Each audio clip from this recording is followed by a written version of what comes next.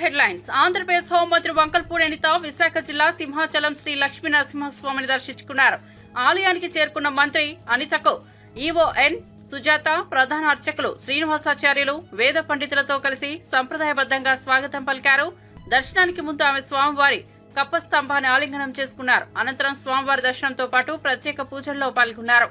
వేద పండితులు వేద ఆశీర్వచనం నిర్వహించగా ఆలయ అధికారులు శేషవస్త్రం, స్వామివారి చిత్రపటం, తీర్థ ప్రసాదాలు అందజేశారు. హోంమంత్రి స్వామి ఆశీస్సులతో ప్రజల సంక్షేమం కోసం ప్రార్థించినట్లు తెలిసిందే.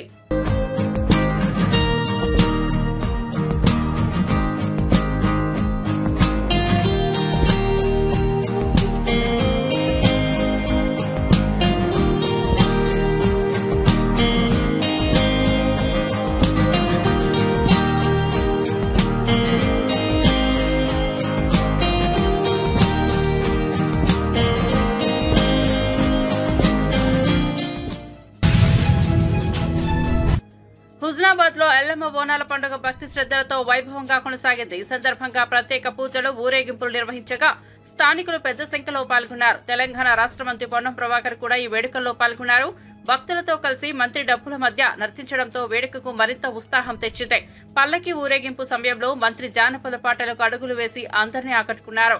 ప్రజలతో మమేకమవుతూ పండుగ ఆనందాన్ని పంచుకున్న ఆయనకు భక్తులు ఘనంగా స్వాగతం పలికారు. బోనాల సందర్భంగా పోలీసు విభాగం భారీ బందోబస్తు ఏర్పాటు చేసింది. హుజనాబాద్ బోనాల పండుగలో మంత్రి భాగస్వామ్యం కావడం ప్రత్యేక ఆకర్షణగా నిలిచింది.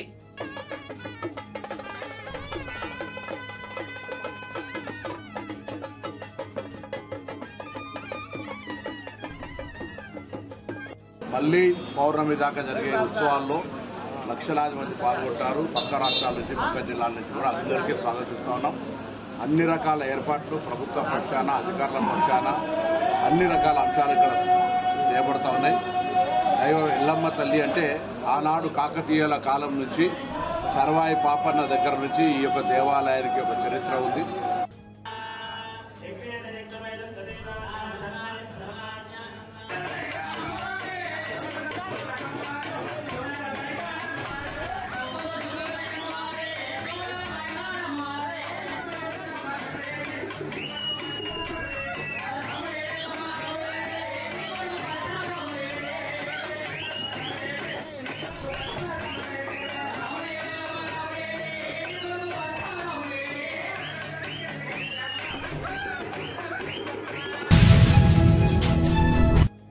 డిసెంబర్ 2023 నుంచి ఇప్పటి వరకు రాష్ట్రంలో 3 లక్షల కోట్ల పెట్టుబడులను ఆకర్షించామని తెలంగాణ సీఎం రేవంత్ రెడ్డి వెల్లడించారు. హైదరాబాద్ లోని సొనాటా సాఫ్ట్వేర్ ఫెసిలిటీ సెంటర్ ప్రారంభోత్సవంలో ఆయన మాట్లాడారు. ప్రైవేట్ రంగంలో ఇప్పటికే 1,00,000కు పైగా ఉద్యోగాలను కల్పించామని చెప్పారు. మరో 1,00,000 ఉద్యోగాల లక్ష్యంతో ప్రభుత్వం ముందుకు సాగుతోందని వెల్లడించారు. పెట్టుబడుల పట్ల రాష్ట్రానికి ఉన్న ఆదరణ, పారిశ్రామిక విధానం ప్రభావంతో ఐటీ రంగం వేగంగా అభివృద్ధి చెందుతోందన్నారు. యువతకు అవకాశం కల్పించడమే లక్ష్యమని, టెక్ రంగంలో హైదరాబాద్ ప్రత్యేక స్థానం సాధించాలనే కృతనిశ్చయంతో పనిచేస్తున్నామని సీఎం పేర్కొన్నారు.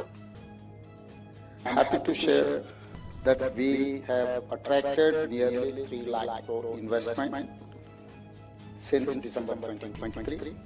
We have created more than 1 lakh jobs in private sector. During my trips to the World Economic Forum in Davos and investor meets in the US, South Korea, Japan and Singapore, we have convinced the world that Telangana means business.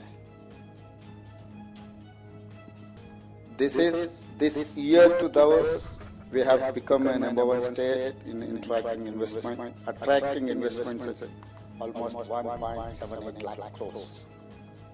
We are #1 state in India in investments, both domestic and international. Hyderabad is now a GCC hub.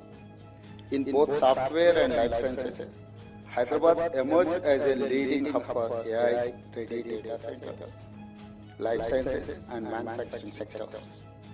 IT giants like Microsoft, Cognizant, HCL Tech, Infosys and Wipro have all opened new campuses and are expanding. We are #1 state in policing and law and order according to Government of India report. Liquor కేసులో కేసిరెడ్డి రాజశేఖర్ రెడ్డికి ఎలాంటి ప్రమేయం లేదని ఆయన తరపు న్యాయవాది అనుదీప్ స్పష్టం చేశారు. రాజకీయాలకు స్కామ్లకు రాజశేఖర్ రెడ్డి దూరమని, ఎక్కడ ప్రత్యక్షంగా గానీ లేదా పరోక్షంగా గానీ ఆయన పాత్ర లేదన్నారు. వివిధ పొలిటికల్ పార్టీలకు నివేదికలు అందించినా రాజకీయాల్లో ఆయనకంటూ ప్రత్యక్ష సంబంధం లేదని తెలిపారు. ఆయన అమెరికాలో సంపాదించిన సంపదతో ప్రస్తుతం భారత్లో వ్యాపారాలు నిర్వహిస్తున్నారని చెప్పారు. విచారణలో చెప్పినట్టు ప్రసారమవుతున్న అంశాలు తప్పుడు ప్రచారమని ఖండించారు. వైసీపీ నేతలతో వ్యక్తిగతంగా సన్నిహితంగా ఉండొచ్చేమో కానీ పార్టీతో రాజకీయంగా ఆయనకు ఎలాంటి లింక్ లేదని న్యాయవాది పేర్కొన్నారు. సంబంధించి బయట జరుగుతున్న ప్రచారం కేసిరెడ్డి గారు మొత్తం జరగాలనుకుని నడిపించారని, మొత్తం వ్యవహారంలో ఆయన కీ రోల్ పోషించారని వార్తలు వస్తున్నాయి. ఏంటి రాజశేఖర్ రెడ్డి గారికి ఈ లిక్కర్ కేసుకి ఎటువంటి డైరెక్ట్గా కానీ ఇండైరెక్ట్గా కానీ ఎటువంటి సంబంధం లేదు. ఆయన ఒక సెఫాలజిస్ట్గా రాజకీయ ప్రజల్లో పార్టీల పైన ఉన్న ఒపీనియన్స్ని సర్వే చేసి దానికి సంబంధించి రిపోర్ట్లు తయారు చేసి ప్రచురిస్తారు. అంతకు మించి దానికి ఇంకేం సంబంధం లేదు. స్వతహా ఆయన వైఎస్ఆర్సీపీకి సంబంధించిన కొందరు వ్యక్తులకి దగ్గర అయి ఉండొచ్చు కానీ పార్టీకి రాజకీయానికి ఆయనకి ఎటువంటి సంబంధం లేదు.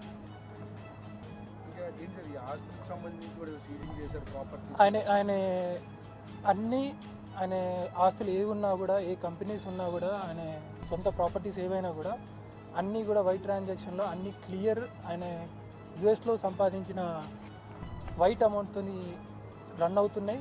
వాటితో కొన్న అసెట్స్ మాత్రమే తప్పించి ఇంకా ఏది కాదు. అవి ఫర్దర్గా కోర్టులో మనకి ప్రూవ్ అవుతాయి. అటాచ్మెంట్స్ అయినా ఫ్రీజర్స్ అయినా అన్నీ కూడా కోర్టు తొలగిస్తుందని మేము భావిస్తున్నాం. మొన్న 7 రోజులు కస్టడీలో కూడా చాలా విషయాలు బయటకు వచ్చాయి. పూర్తిగా సమాచారం అంతా చెప్పాడు కస్టడీ అనేది. దాదాపు 600 పైన ప్రశ్నలు ఆయన పైన సంధించినా కూడా ఏ ఒక్క విషయంలో కూడా ఆయన జరిగింది తప్పించి ఇంకా ఏ విషయం కూడా వెల్లడించలేదు. ఆ విషయాలు మీరు గమనిస్తే దాంట్లో ఆయన పాత్ర ఏది లేదు అనేది రుజువైంది.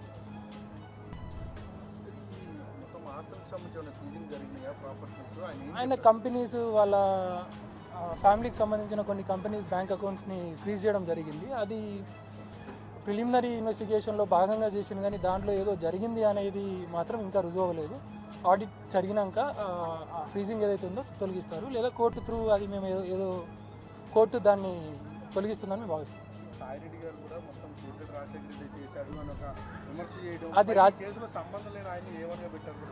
అది రాజకీయ విమర్శ. మీరు గమనిస్తే కేసుని ఈయన కంటే ఇంకా పెద్ద వ్యక్తులు అందరినీ కూడా తప్పించి ఈయనని ఏవన్గా పెట్టడం అనే దాంట్లోనే కనబడుతుంది.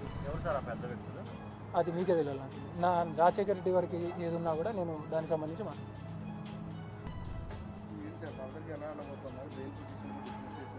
ప్రొసీజర్ ప్రకారము ఆయన రైట్ ఏది ఉందో దాని ప్రకారం మేము వెళ్తుంటాము. బెయిల్ పిటిషన్ ఇంకా ఫైల్ కాలేదు, ఫైల్ చేస్తాము. ఇప్పుడు సుప్రీంకోర్టులో ఆయన రిమాండ్ ఛాలెంజ్ చేయడం జరిగింది. సుప్రీంకోర్టులో ఎస్ఎల్పీ ఉంది.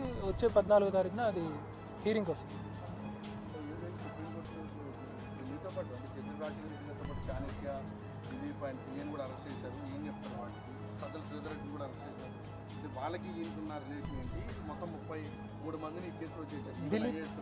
దిలీప్ చాణక్య వరకు అంటే ఆయన రాజశేఖర్ రెడ్డి గారితో కలిసి ఆయన సొంత కంపెనీలకు సంబంధించిన పనులు చూసుకునే వాళ్ళు.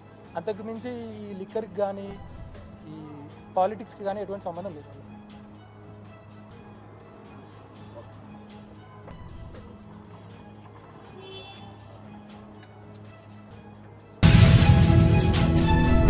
పాకిస్తాన్ సైన్యం పలు అవిశ్రాంత ప్రయత్నాలు చేసిన భారత దళాలు అప్రమత్తంగా స్పందించి దేశంలోని పౌరులు మరియు సైనిక మౌలిక సదుపాయాలకు నష్టాన్ని సమర్థవంతంగా తగ్గించగలిగామని DG air operations air marshals AK Bharti తెలిపారు. పాక్ కుట్రలకు కళ్లం వేసిన విధానం భారత దళాల కట్టుదిట్టమైన గమనిక, ముందస్తు చర్యలకు నిదర్శనమని పేర్కొన్నారు. శత్రు దేశం నుంచి వచ్చే బెదిరింపులు భారత భద్రతను దెబ్బతీయలేవని, ప్రతి ప్రయత్నాన్ని ధైర్యంగా ఎదుర్కొంటామన్నారు. దేశ రక్షణకు నిత్యం సిద్ధంగా ఉన్నందున పౌరులు భయపడాల్సిన అవసరం లేదని స్పష్టం చేశారు.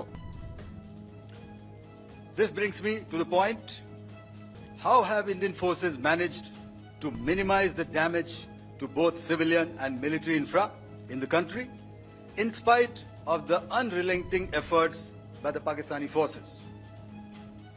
Most of you and the majority populace within the country have had a lot to say about the layered and integrated air defense systems put in place by the Indian Armed Forces, which includes the assets of the Indian Army, the Indian Navy, in addition to the primary air defense assets of the Indian Air Force.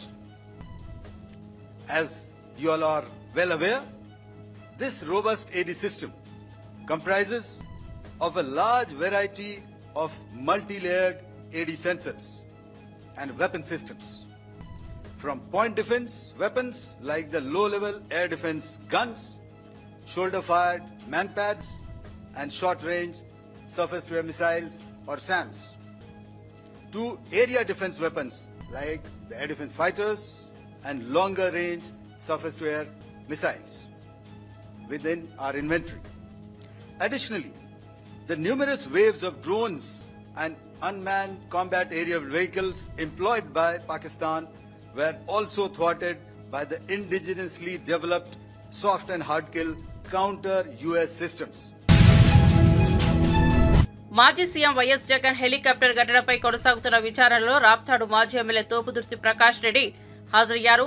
Chennai Kothapalli మండల police station కు వచ్చి విచారణలో పాల్గొన్నారు. ఇటీవల రామగిరి మండలం పాపిరెడ్డిపల్లి గ్రామంలో జగన్ పర్యటన సమయంలో హెలికాప్టర్ విండ్ షీల్డ్ దెబ్బతిన్న ఘటన నేపథ్యంలో పలువురు వైసీపీ నేతలపై కేసులు నమోదు చేశారు. ఈ కేసులో సంబంధిత వ్యక్తులపై విచారణ కొనసాగుతోంది. విచారణకు హాజరు కావాలంటూ పోలీసులు నోటీసులు జారీ చేయగా వాటి మేరకు మాజీ ఎమ్మెల్యే తోపుడు హాజరైనట్టు సమాచారం. ఈ ఘటనపై మరిన్ని వివరాల త్వరలో వెలుగులోకి వచ్చే అవకాశం ఉంది. హత్య చేసింది పరిటాల సునీత తమ్ముడు, వాళ్ళ కొడుకులు, వాళ్ళ బంధువులు. ఆ వైఫల్యంలో ఏ అధికారి పైన చర్యలు తీసుకున్నారు? జగన్ గారికి రక్షణ కల్పించే విషయంలో వైఫల్యం పైన ఏ అధికారి పైన చర్యలు తీసుకున్నారు? డిబేట్ పెట్టండి, పాల్గొంటాం. ఏంటండి సభ్య సమాజం తలదించుకునే విధంగా అసలు ఒక ఇష్యూని తప్పుదోవ పట్టించి ఏం సాధించాలనుకుంటున్నారు? ఇక్కడ జరుగుతున్న హత్య రాజకీయాలను ఈటీవీ సమర్థిస్తుందా? I'm questioning you, the journalist who has question me, I'm questioning you. ఇక్కడ ఉన్నటువంటి మీడియా ఛానల్స్ క్వశ్చన్ చేస్తున్న హత్య రాజకీయాల్ని మీడియా సమర్థిస్తుందా? తెలుగుదేశం పార్టీ సమర్థిస్తుందా? దీనికి సమాధానం చెప్పి తర్వాత మాట్లాడండి. ఈరోజు రాప్తాడు నియోజకవర్గంలో ఒక హత్య జరిగింది. దానికి బాధ్యులు ఎవరు? పరిటాల సునీత బంధువులు. అంతకు ముందు రోజు పరిటాల శ్రీరామ్ అక్కడికి వచ్చి హంతకుల ఇళ్లలో సమావేశం ఏర్పాటు చేసుకున్నాడు. 120B ఎందుకు వర్తించదు? కుట్ర జరిగిందని ఎందుకు వర్తించదు? ఎందుకు వారి పరిటాల శ్రీరామ్ పైన కేసు ఎందుకు పెట్టారు? మళ్ళీ మరుసటి రోజు దేశాలు వదిలిపెట్టి పారిపోయినారు వాళ్ళు. వాళ్ళ మీద కేసు ఎందుకు నమోదు చేయరు? దీన్ని ప్రశ్నించే వాళ్ళ మీద కేసులు నమోదు చేస్తారా? నాన్ బెయిలబుల్ కేసులతో పాటు బెయిలబుల్ సెక్షన్స్ అంటే 7 years ఇంప్రిజన్మెంట్ బిలో ఉన్నదానికి స్టేషన్ బెయిల్ ఇవ్వాలా? ఇదే హైకోర్టు ఆర్డర్ ఇచ్చింది. హైకోర్టు 41A నోటీస్ ఇవ్వమని ఆదేశాలు ఇస్తే హైకోర్టు హెచ్చరించింది. ప్రకాష్ రెడ్డి విచారణకు సహకరించకపోతే చర్యలు తీసుకోండి ఇచ్చింది. ఒక మీడియా లాక్కురమ్మనింది, ఇంకో మీడియా ఏందా బొంగు లాక్కొచ్చేది? హైకోర్టు ఏం చెప్పింది? అక్కడ ఉన్నటువంటి పబ్లిక్ ప్రాసిక్యూటరు, సార్ మాకు సంబంధించినటువంటి నిందితుడు విచారణకు సహకరించకపోతే మేము ఏం చేయాలంటే do as per your rules, మీకున్నటువంటి పోలీస్ గైడ్ లైన్స్ ప్రకారం చేయమని చెప్పారు. మీరు అది 41A నోటీస్ ఇచ్చిందనేది పక్కన పెట్టి మీకు ఏం కావాలో అది మీరు రాసుకుంటున్నారు. ప్రజలు గమనిస్తా ఉన్నారు. చంద్రబాబు నాయుడు గారు వచ్చిన తర్వాత ఈ రాష్ట్రంలో లా అండ్ ఆర్డర్ లేదు. అనంతపురం జిల్లాలో హత్యా రాజకీయాలు, దోపిడీలు, దుర్మార్గాలు, దౌర్జన్యాలు జరుగుతా ఉన్నాయి. ప్రజల్ని మోసం చేసి అధికారంలోకి వచ్చారు. 100 హామీలు ఇచ్చారు. ఇంటింటికి లక్షల రూపాయలు, నీకు 15,000, నీకు 15,000, నీకు 15,000, నీకు 18,000 అనే రకంగా తప్పుడు కూతల హామీలు నమ్మి మోసపోయిన ప్రజలు వెనక్కి తిరుగుకుంటున్నారు, తిరగబడుతూ ఉన్నారు. అందులో భాగంగా లింగమయ్య హత్య జరిగింది. లింగమయ్య హత్య జరిగితే ప్రజలు తిరగబడినారు. జగన్మోహన్ రెడ్డి గారు వచ్చినప్పుడు మీరు కంట్రోల్ చేయలే. వైఫల్యం పోలీసులది. అంతేనా?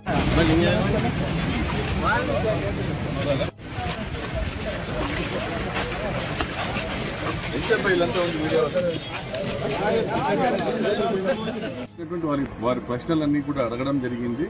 దానికి సమాధానం నేను చెప్పడం. అంటే బ్యారికేడ్ల భద్రత విషయంలో ముందు రోజు ఇచ్చిన సూచనలు మీరు పాటించలేదని నేను I'm not on record. Helipad ఏర్పాటు విషయంగా కానీ, హెలికాప్టర్ ల్యాండింగ్ విషయంగా కానీ పర్మిషన్ అడిగింది నేను కాదు, అనుమతి ఇచ్చి నా అడ్రస్ చేసింది నాకు కాదు. హెలిప్యాడ్ లోపలికి పలానా వాళ్ళని అనుమతించమని అడిగింది నేను కాదు. పోనీ హెలిప్యాడ్ నిర్మాణం జరుగుతూ ఉంది, దానికి సంబంధించినటువంటి ఏర్పాట్లు ఎలా ఉన్నాయి, అని వచ్చి పర్యవేక్షణ ముందు రోజు కానీ అంత ముందు రోజు కానీ వచ్చి చేసింది నేను కాదు. పోలీస్ డిపార్ట్మెంటు బ్యారికేడ్ల చుట్టూ వచ్చి. తెలంగాణ సీఎం రేవంత్ రెడ్డిపై బీజేపీ ఎంపీ ఈటెల రాజేందర్ తీవ్ర విమర్శలు చేశారు. ఎవరు చెప్పినా వినని వాడిని నాయకుడు అన్నారని, అలాంటి వారిని సైకో అంటారని ఘాటుగా వ్యాఖ్యానించారు. రేవంత్ నియంతృత్వ ధోరణి పార్టీ లోపలికే కాదు ప్రభుత్వ పరిపాలనలోనూ స్పష్టంగా కనిపిస్తోందని ఆరోపించారు. ప్రజలు ఇచ్చిన అధికారాన్ని అహంకారంగా మార్చుకుని దుర్వినియోగం చేస్తున్నారని మండిపడ్డారు. పార్టీలో విన్నపాలకైనా ప్రజల ఆకాంక్షలకైనా విలువలేని పరిస్థితి తలెత్తిందని పేర్కొన్నారు. ఈటెల వ్యాఖ్యలు రాజకీయ వర్గాల్లో చర్చనీయాంశంగా మారాయి. రేవంత్ తీరు కాంగ్రెస్ కు నష్టమే దేవనుందనేది ఈటెల రాజకీయ విశ్లేషణగా కనిపిస్తోంది. ముఖ్యమంత్రి గారు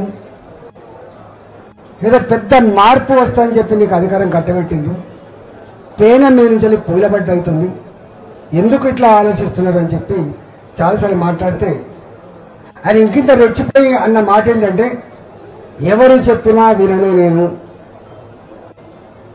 నాకు నేనే నిర్ణయం తీసుకుంటా, పక్కా కూలగొట్టవలసిందే, మొత్తం బుల్డోజర్లు పెట్టవలసిందే, అడ్డమచ్చిన బుల్డోజర్ కింద తొక్కవలసిందే, కూలగొట్టవలసిందే. ఇది ఆయన స్టేట్మెంట్. నేనన్నా రాజు కూడా మారు వేషంలో అప్పుడప్పుడు ప్రజలేమనుకుంటారు చూసేస్తారు. సరే నువ్వు రాజు కాకపోవచ్చు కానీ నీ కింద ఇంటెలిజెన్స్ వ్యవస్థ ఉంది, వాళ్ళైనా నీకు చెప్పుంటారు కదా ఇక్కడ ఇట్లా ఉంది అని చెప్పి చెప్పుంటారు కదా, ఎందుకు మీరు వింటలేరు అని చెప్పి మళ్ళా ఇట్లా స్టేట్మెంట్ నడుస్తూనే ఉంది. నడిస్తే ఆయన అన్నాడు మళ్ళీ నేను ఎవరు చెప్పినా వినను అని. నేను అప్పుడు ఒక స్టేట్మెంట్ ఇచ్చిన, ఎవరు చెప్తే వినని వాణ్ణి, ఎవరు చెప్పినా వినని వాణ్ణి ఆయన నాయకుడు అనరు, మనిషి అనరు, సైకో అంటారు అని చెప్పాను. సైకో అంటారు అని చెప్పాను.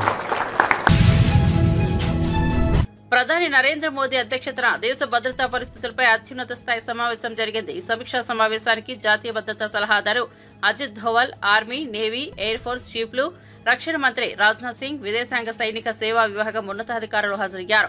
దేశ సరిహద్దుల భద్రత, అంతర్జాతీయ పరిణామాల ప్రభావం, ఉగ్రవాదం, టెర్రరిజంకు వ్యతిరేకంగా తీసుకోవాల్సిన చర్యలు, కీలక రహస్య సమాచారం తదితర అంశాలపై చర్చ జరిగినట్టు సమాచారం. దేశవ్యాప్తంగా భద్రతా స్థితిగతులపై సమగ్ర అవగాహనతో ముందుకెళ్లేలా ఈ సమావేశం దిశానిర్దేశం చేసినట్టు భావిస్తున్నారు.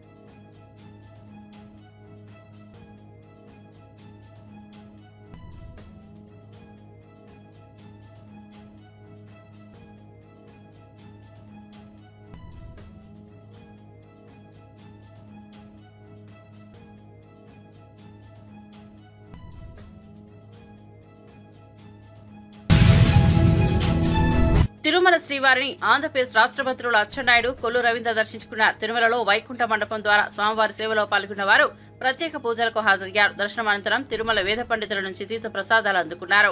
రాష్ట్ర ప్రజల శాంతి, సమృద్ధి కోసం శ్రీ వెంకటేశ్వరుని ఆశీస్సులు కోరినట్లు మంత్రి అచ్చెన్నాయుడు మీడియాతో తెలిపారు. తిరుమల తిరుపతి దేవస్థానం ఆధ్వర్యంలో భక్తులకు అందుబాటులో ఉన్న ఏర్పాట్లను మంత్రులు ప్రశంసించారు. భద్రత మరియు భక్తుల సౌకర్యాల పరంగా అధికారుల చర్యలు సంతృప్తికరంగా ఉన్నాయని వ్యాఖ్యానించారు. ఓం నమో వెంకటేశాయ. భక్తి విజ్ఞప్తి, వెంకట గారు ఆలయం ఎదురుగా ఉన్నారు.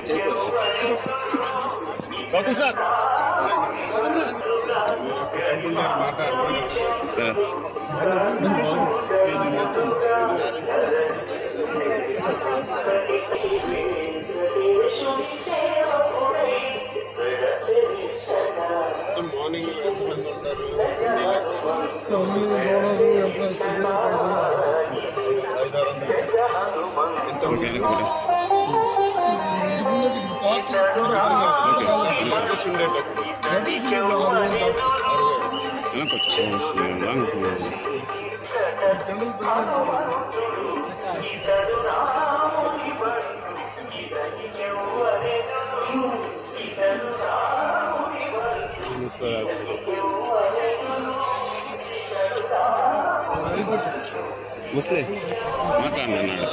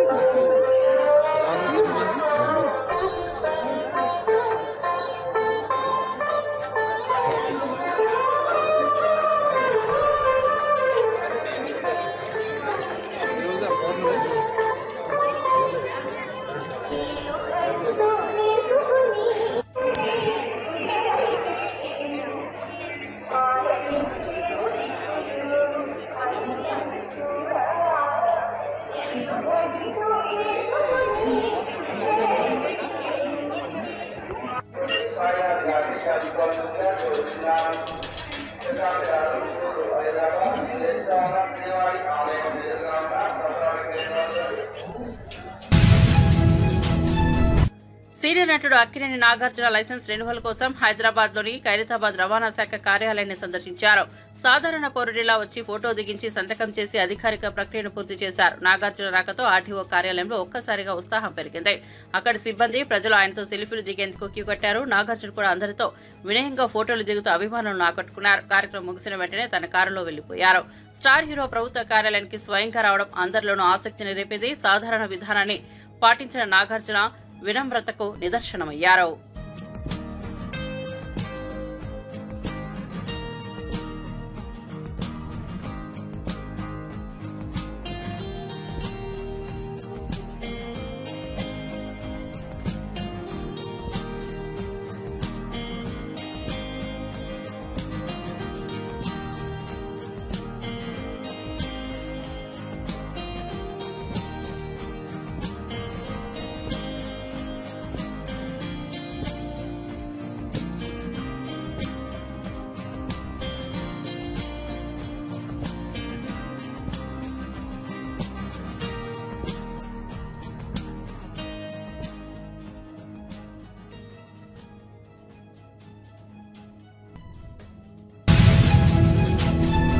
మిస్ వరల్డ్ పోటీలో పాల్గొనేందుకు భారత్ వచ్చిన 22 దేశాల సుందరీమణులు తెలంగాణ రాష్ట్రంలోని నాగార్జున సాగర్ బుద్ధవనాన్ని సందర్శించారు.